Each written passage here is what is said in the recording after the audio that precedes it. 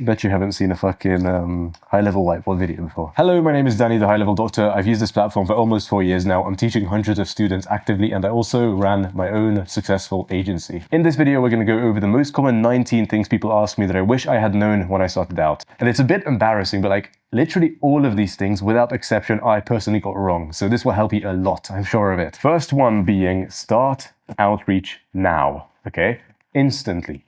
Whenever you start high level, you don't have to know the product yet, and that's the beauty of this. As a matter of fact, learning the whole product takes so much fucking time that you shouldn't even ever learn it, like ever. By now I know like 99% of it, and I am kind of a techie guy, but I still don't know it all. And it's for the reason that you don't need to know it all, especially if you're selling one service only. It's much easier to get the client and then learn it. And if you're having trouble learning it, hire someone to learn it with you, or buy a course, or watch a fucking video. Not to mention that I have a 10-hour free course on my YouTube channel, so you can literally check that out whenever you need. The point being, it's going to be scary and your brain is going to tell you that this is the devil's work. You don't want to do outreach. It's wrong, okay? You need to do outreach as soon as possible. Because if you don't, you will be stuck in this endless loop of procrastination, telling yourself that you need to learn more, to get better, to watch more YouTube videos, when you could literally be making money with your first week of this in your free trial. Which brings me to my second point, which is you must offer results, okay? No one cares that you use high level. I'm sorry to break it to you, but this is the truth, okay? The only thing people care about is more money. They're in business for a reason. So if you can guarantee them that you'll get them some kind of result by doing SEO with high level, by running them ads, by installing an AI chatbot, that's what they will buy, okay? They don't care about your AI chatbot. They care about the increased conversion rate on their website. Sure, sometimes you can get away with not explaining why a website is good, because in 2026, like everyone knows they need a website. But even if we're stuck with websites, like it's so much more appealing if someone tells you that I can build your website that's optimized to convert traffic that will get you at least 10 more clients a month, right? That's an actual tangible offer that people can like understand. Because if you just build them a website that looks nice, like it's not going to bring any value to their business. Which brings me to my third point. Value is created when pain is alleviated. Shout out to Charlie Morgan for this one. But essentially what you have to understand is that everyone is in constant pain. It doesn't need to mean a physical agony. You're not touching a hot stove all the time, but everyone has problems in life. Problems are eternal. Whether it's not getting enough customers in business, or not having a high enough show rate, or too much operational drag, still tracking your leads in a paper book, all of this is some form of pain. And if you can find a solution to alleviate this kind of pain, businesses will pay you handsomely. And you could come tell me, if high level is already so easy to learn, if you already have so many tutorials and everything, like why isn't the business owner themselves doing this? Well, the business owner themselves is already spinning so many plates. They have to take care of the product, they have to take care of the staff, the employees, the legal stuff, keep the business intact and working and constantly growing and all of this stuff. And then there comes the beast of marketing and sales. If you can take that whole department off of their plate as an agency, they will pay you so fucking handsomely. And you could do this with software or services, literally anything. HighLevel has everything built into it. And that's why I say, like when you're walking down the street, there's usually 0 businesses that you can't help in one way or another. Maybe you can only help this business with like a calendar and booking page, but the next one maybe doesn't have a website. There's always something that you can help them with. Because as a business owner, like this stuff is just too much to take care of on your own. And if you can actually take this off their plate, they will pay you so fucking well. Number 4, speed is the most important, and you should prioritize moving fast, okay? In the beginning, what I fucked up was I was stuck on no offer for the longest time. I was like, I'm going to be smarter than all of these other people. I'm going to craft my offer. I'm going to create it. It's going to be a 0 brain offer. It's going to be like a 100 million fucking pound offer. And the problem with it was that it didn't exist. Okay, had I had just like a 6 out of 10 offer and actually spammed it into the market and I just looked at people and tried to get customers, I would have gotten a customer so much fucking sooner because they would be actually like real. Or that should be getting feedback from the market. And in my stage, what I did was I was stuck behind my computer because I was scared. All day I was fine-tuning and theory crafting something that didn't even exist. Even if you come up with like a fucking 5 out of 10 offer that isn't the best, like the thing is, if you go to the market with this and they say, no, like this doesn't help us, we're still sad, you can actually be like, wait, why doesn't this help you? Like, what part of it didn't you like? And you can be like, okay, maybe I need to add a risk reversal. Now your offer is 7 out of 10 because you have a guarantee. You understand, okay, maybe they don't need customers, maybe they need an increased show rate. Okay, now you improved your offer, now it's an 8 out of 10. The thing is, if you're stuck at home all day and you're behind your computer and you don't even get your feet wet, you're not going to know what works and what doesn't because you're not even getting feedback. And it's always the same kind of people. I swear to God, every time I coach someone, I can tell from like the first 5 things they say if they're going to be successful or not. It's always the people who have this underlying sense of urgency that just move fast and just put something out without having this huge fear of being judged or disliked or rejected. Those are the motherfuckers that always succeed. Number 5, and this may be one of the most important ones, copy. Copy relentlessly. You don't have the right to be arrogant about anything as a beginner, okay? I had the arrogance and I was like, yeah, I'm better than my markets. I know what they want. I'm going to come up with this grand slam offer. And you know, to be fair to myself, my previous self, it was probably some conditioning. I always heard from my parents that, oh, you need a big idea, right? This fucking gap in the market or something to actually get like really rich. But the thing is, you can't bank on an idea to get rich. Whereas if you have something that already works, chances are that one source, like the one, fucking marketing agency, can't fill the whole entire market. There's so many businesses. Why don't you just check something that works in like New York or some huge area that's like very competitive and copy it to your local market? That's the easiest way to make your first money.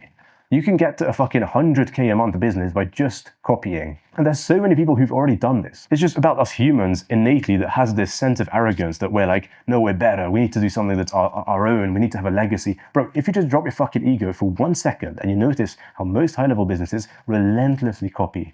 And even like most billionaire businesses, like all of these AI companies, they're relentlessly copying each other right now. Like if you just look at the interface of how ChatGPT and Claude and Grok and Manus and all of this shit works, it's the same exact feature, it's the same exact thing. Like they hardly even differ in 5% of things that they do have. But me as like a fucking beginner marketer, I had this sense of ego where I was like, no, I'm not gonna copy guys, I'm gonna come up with something entirely new.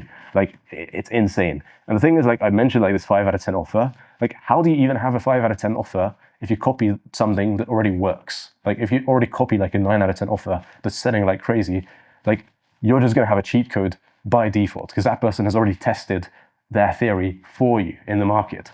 All you need to do is copy it, bring it to your local market, and just sell like crazy. But I rest my case. Number 6 is learn high level, okay? Although getting into your market and selling as soon as possible is incredibly important, learning high level is also paramount, okay? You need to balance both. Now, usually people go more onto this side.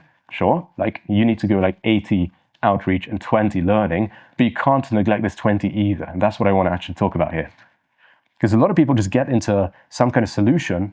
Because some people, and this is again the minority, but some people get into a solution and they're like, okay, everyone tells me to sell first, fuck, I'll sell first. And they get so into selling, into making money, that their product entirely lags behind. You don't want to be like this person, because this person will set up domains in a shitty way where it doesn't load fast. This person won't do any follow-up emails for their clients and their customers' clients, and it will just all fall apart eventually. If you just learn and watch my 10-hour course, it's free on this YouTube channel. It should be the first link in the description below. You will already have like almost everything there is to know about high level. It's 10 hours long, it's free, you can just watch it. Number 7, you probably wouldn't expect this, but it's the law of attraction, and it's very, very real. Even in a business sense, as I said, when I talk to someone new, like within the first 5 sentences, I can tell if they're going to be successful. Because there's always these kind of nerdy, geeky guys like I was back when I started that end up procrastinating, that end up not going out to their market, that end up delaying their first cold call. And these people always have the same problems. Whereas the other type of guy who's kind of cool and kind of like outgoing and maybe a bit more extroverted, these people usually succeed because frequency attracts akin. Now, I'm not saying either is better, and I still am more introverted, I would say. But the thing is, I learned how to speak. I learned how to sell. And you wouldn't have watched this video so far if I hadn't. The truth is, your personal problems are your business problems in the beginning, especially when you're the only one in the business. So for this matter, you need to get out of your comfort zone. If you're more on the introverted side like I was, even doing shit like talking to strangers in your everyday life will improve your business. Trust me. Just talking to the receptionist at the gym, talking to the random person in the elevator, all of this stuff will make you a bit more comfortable with discomfort, with going out your comfort zone, with talking to random people, which will lead you to be better at selling, better at cold approaching, better at fucking cold calling, all of this stuff. And of course, the best way to get through it is to just fucking do it. It's to just call people. It's just to walk into the stores. It's just to send out a cold email and all of that stuff. But I'm including this because I really wish I knew this sooner, that it's like more of an identity level shift rather than just, oh, just do more, bro. Like, the reason some people are successful in 1 month or 2 months is because they have a good foundation of like personality traits and characteristics and skills to be successful in business. And although, again, there's nothing wrong with being a bit more reserved and to yourself, the thing is, like, the hard, cold, honest truth is that this stuff doesn't really pay that well in business. You need to have some sort of a speaking ability and commanding traits to lead people and to be more attractive, be more charismatic, because that's what sales ultimately comes down to. It's a transfer of energy. And number 8, I've already kind of gone over this, but you are the business. I think Sam Oven said this, and this is also a bit more holistic and meta, but I hope you'll stay with me for this one because it's very, very important. You literally are the business. Now, every single time my personal life ended up declining, I ended up skipping the gym, I ended up being less disciplined and all of this stuff, my business also declined. Now, there was like a 1 or 2 month lag period behind it, because in business, if you work, you'll only see the result in like a few weeks. But the thing is, this happened every fucking single time for me, and I wish someone had warned me, because usually I was like, I'll skip the gym, I'll stop eating junk food, and I always told myself I'll do this, but that never really ended up being the case. I always ended up procrastinating more, feeling worse, lying in bed more, doing the dumb shit. And had I just known, like, bro, if you stay with a healthy mind, with more energy, with more perseverance and willpower, and you end up developing yourself holistically in life, your business will ultimately prosper, because that's how all of this shit works, especially when you're the only one in your business. No wonder the two are very strongly correlated. Number 9, the market is homogenous. What this means, essentially, is that the best business, the best niche to get into is the one that you're already in. The thing is, all of these niches, if you want to kind of understand them, is, well, there's so much money in one kind of niche, and the demand will always ultimately match it, okay?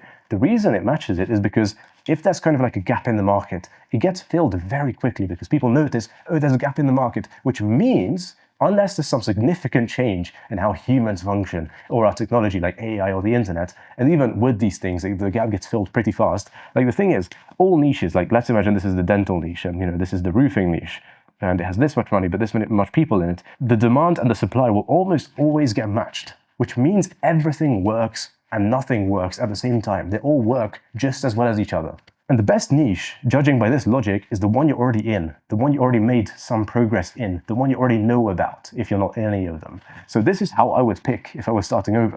I would do pretty much everything. I would get my feet wet as soon as possible, and once I developed some kind of knowledge in some area, I would just pick that and double down. Now, an exception is if you're like doing a job and you've already worked in some kind of business, I would just go with that, honestly. You already know so much about this, and a bunch of people who are just getting in social media marketing as generalists, they already don't know, so it's just the best thing to get into a job, into a business that you've already had as a job. But the thing is, instead of fucking procrastinating and telling yourself, oh, I'll just find the best niche, or I'll just wait and see for the best, gap in the market. Bro, like, accept the market is homogenous. The market is constantly evolving, but it's very near equilibrium. There's not going to be any significant gap that you're just going to find randomly. I know website agencies for plumbers that make hundreds of thousands of dollars. I know social media marketing agencies for dental services that make hundred thousands a month. I know social media management services for fucking roofers that make hundred thousands a month. Like, everything works essentially. And if something sounds like it doesn't work, well, it's going to have very little upside in money, but also there's going to be very few people in it. So essentially, like, there's very little deviation in actually how much a niche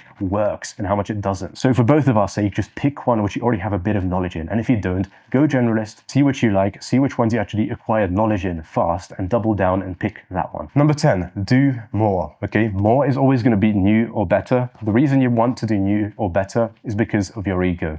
This is the harsh truth. You want another offer because you don't want to face rejection. You don't want to face pain. You want something new because you're seeking novelty. The reason something is so much better to do more of is doing something else than what's actually currently working for you is because this is already proven. This is already proven. You don't need to do anything fucking else. If you just find that your niche, your offer, whatever you're trying to test against the market is working at like a fucking 5% success rate, well, it's so much easier to just double that and do twice as much than to find something that, first of all, you're worse at because you're just getting into it and already works at 10%, right? It's so much easier to just do 5% and double it than find something new that works at 10%. It's just not possible. The problem with this, though, is that you're going to fool yourself into thinking that you need a different niche, shiny object syndrome, and also just the fucking pain, because no one likes cold calling. No one likes doing outreach. But if you can discipline yourself and just understand that this wall of pain that you feel isn't actually that deep. Once you get started, it isn't actually that hard. And you don't have to do it forever. If you just do a few weeks, a few months worth of actually cold calling, of actually doing outreach consistently without error, you're going to come out as a different fucking person. Not only a wiser one, but a richer one. So for God's sake, just do more. Number 11, time doesn't create results, actions do. This is one that I had to learn the hard way. My parents always told me, well, just keep going, keep disciplined, then you'll be successful. That's kind of how I internalized it. Now, of course, I wanted to be productive, but I never realized how important prioritization is. And for that reason, I did stupid tasks. I took time off. And I always told myself, well, most people get successful at like the 1 or 2 year mark and this kind of stuff. And I was like, I'll just stick at it. And, most people find their first client at this month and this week. And I'm just going to be like, well, it might have happened to me as well. And I didn't realize that like the universe doesn't work this way. It's not a fucking guarantee, right? The only thing that actually determines whether or not you'll be successful is how much focused action you put in per unit of time, okay? It's not time, it's focused actions per unit of time, okay? So someone who cold calls once a day and someone who cold calls 100 times a day will be 100 times as successful. I don't care how much time it takes for you. I don't care about time. No one cares about time. And the truth is, this is something that most beginners don't understand too much. And I can't blame them because, nothing else really works this way in life. Going through a regular job or school can't be fast forwarded by the amount of action you take, but all of business can, because we don't care about how much time you fucking sit at your desk no more. We care about results. And results only come as a reward of focused, consistent action. So action comes above everything. I hope you're taking notes, by the way, because this shit could genuinely change your life. Number 12, price objections don't exist. This is something I learned in my high-ticket sales era. And, don't is maybe a strong word. Maybe like 99% of the time they don't. But like the fact is, businesses make money. They wouldn't be in business if they didn't make money. The truth is, if they were actually convinced that you could get them the result you promised them in your offer, they would always buy. It's always some form of a trust issue or a guarantee issue. I mean, guarantee is an extension of trust. So it's always essentially a trust issue, right? And whenever someone gives you a price objection, it's just that they don't believe that you can actually deliver on your results. If you promise them 5 new roofing jobs a month, the thing is, like, do you know how much they profit off of a roofing job? Like, maybe we could take the ballpark number of £1,000 or $1,000, if you will. If they profit 5K off of your offer upon completion, the only reason why they wouldn't pay you $2,000 or something like that, if the minimum they can profit is like $5,000-6,000, it's because they don't believe you. That's God's honest truth. And that's why when you're in the call, before you pitch, okay, if your pitch is here, you need to get a pre-handling routine, a few questions. You don't have to hit all of them every single time, but once you're feeling that your prospect is on the less trusting side, they're more of a B-type fearful person, you might want to hit those kind of objections. You might want to show them an extra 1 or 2 case studies and references and testimonials. It's a complicated process, but the problem I kept running into is I kept decreasing my price. When that's like honestly the worst thing you could do. Of course you don't want to go into the fucking moon when you're starting out on price, because it's going to be very hard to sell because you're not good enough at sales yet.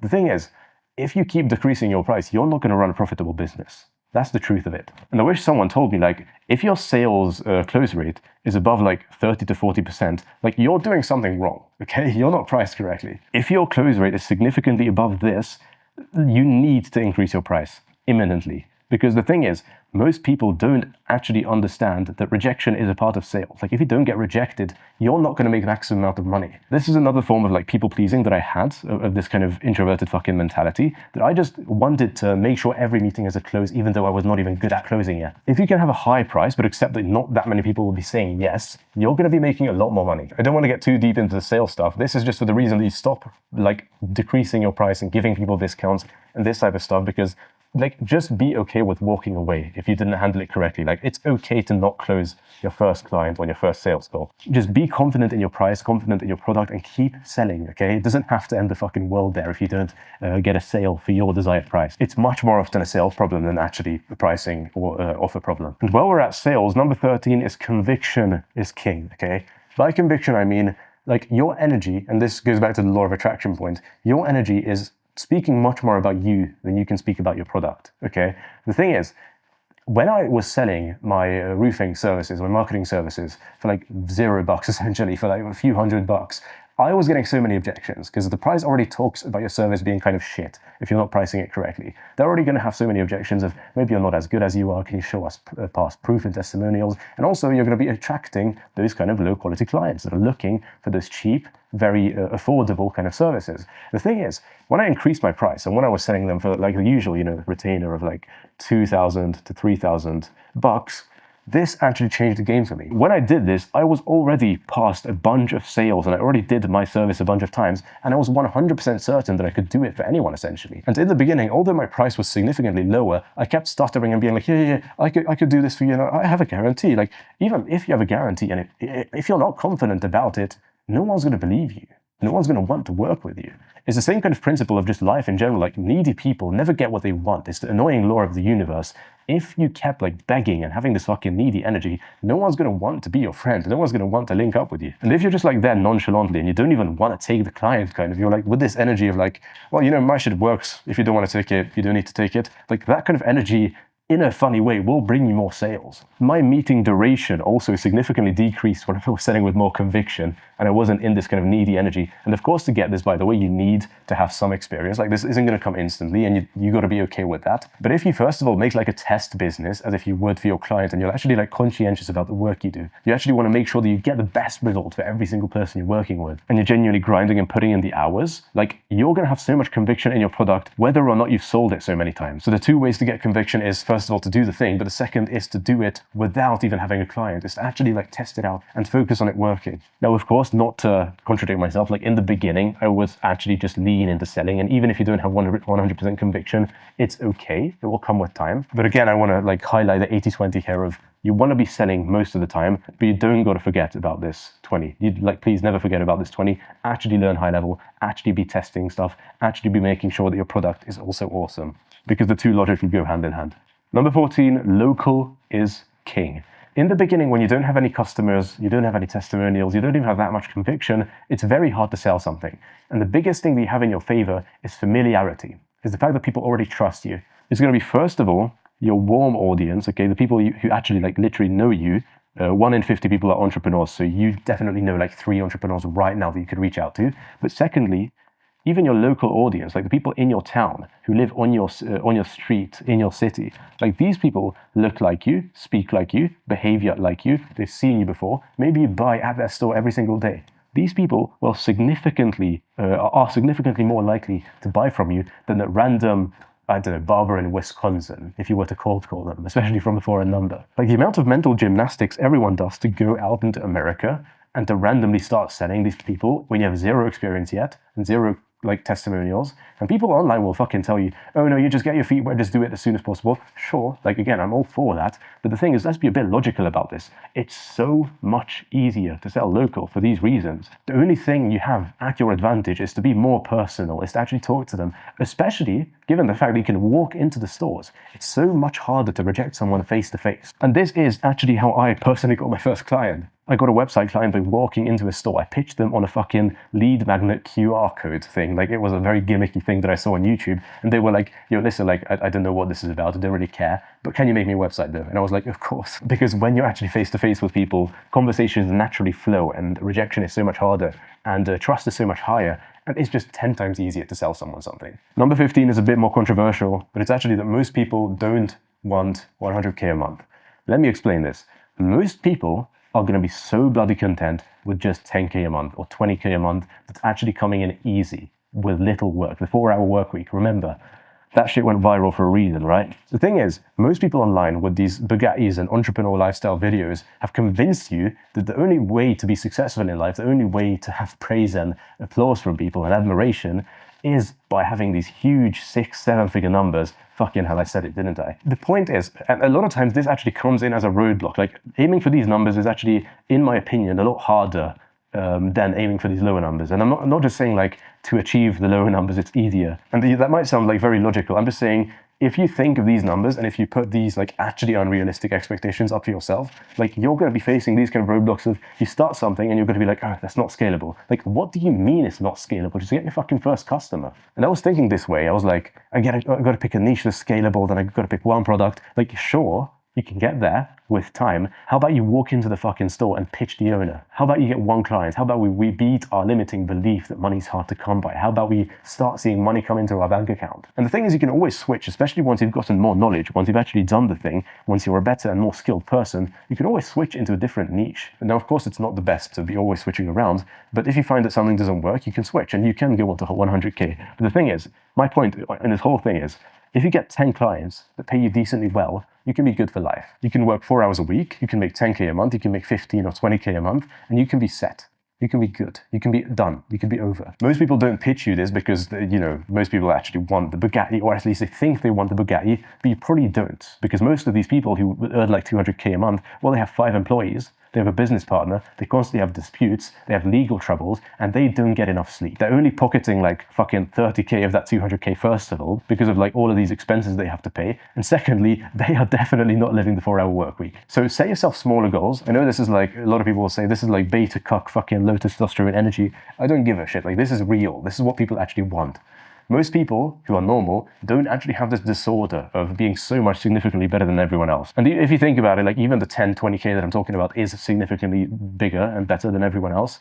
Point being, like, don't be this kind of person because it's fucking cringe. And I'm not saying like no one can. Like, if you want this and if you are actually doing this, like, respect to you, sure. I'm not saying it's not for everyone, but most people, in my opinion, don't want 100k per month, and setting these kind of unrealistic goals is only hindering you in reaching your actual goals. So be careful with setting goals and, bro, just get started. Like, the amount of people that tell me like, oh, my niche, I won't go local because it's like not scalable. Just get your fucking first dollar in. Like, what are you talking about? Number 16, make the yes easy. What I like to say a lot to the people that I'm coaching is, if you imagine like a rusty slide that like hardly even has like, what's this called? It's hardly like descending, right? It has like very low, it's not steep, right? That's what I'm trying to fucking say here. And you have a very steep slide that also has like water flowing down it. Well, this one's going to be incredibly easy to slide down. Well, this one, well, you're probably going to be doing most of the work yourself. This is how you want to imagine client acquisition as well. Because most of the time, when you don't have a clear headline, you don't have a clear call to action, you don't follow up with your leads, your funnel looks like this. If people want to get down your funnel and they want to actually buy your product, they have to do most of the work themselves, which will lead to them not converting as much. If you build a funnel that's very, very simple, and this works, by the way, for you also and for your clients as well. If you build a funnel that works like this, that's very easy every single time, every single place they're in, the next step is incredibly easy to say yes to, you're going to sell like crazy. Even if you want to sell like a high-ticket product, going up to someone and asking them, hey, I built your website. Do you want to check it out? And then when you show them on the website, hey, by the way, maybe you're going to have to pay maintenance for this. They're going to understand that's like a very reasonable thing. A lot of people think that asking for maintenance is like unrealistic, but like even if they have like a Wix website, they're still paying for maintenance and security. Point being, if they're paying you for maintenance, you could be like, hey, by the way, I offer marketing services as well. And then you can pitch them that once they've already been working with you for 2 months. All of these yeses, although it might seem like a more strenuous process, it actually works much better because it's so much easier to say yes every single time. And sure, if you already have like a formula that's working for you, you don't need to add in more yeses. You don't need to make it more simple. But in my personal experience and the experience of all of the people that I coach, this is the way to go, okay? And for yourself as well, like if you send them one link on how to join the call when you book the cold call, you're not going to have that many show-ups. It's only logical. But if you message them the day before, like, hey, by the way, I made an audit for your business. If you want to check it out, I'm going to have it ready for you on the call. That's like so much extra incentive for them to check out the call. And also, another thing I like to do is about 3 to 4 hours before our call, before our actual sales call, I like to call them up and be like, hey, by the way, I might be like 2 minutes late. I have a call before this. Even if I'm not going to be 2 minutes late, I like to do this because no one really minds if you're 2 minutes late. It's just an extra touch point that I can work in there with without having a valid excuse, right? I just call them and like, hey, by the way, it might be 2 minutes late.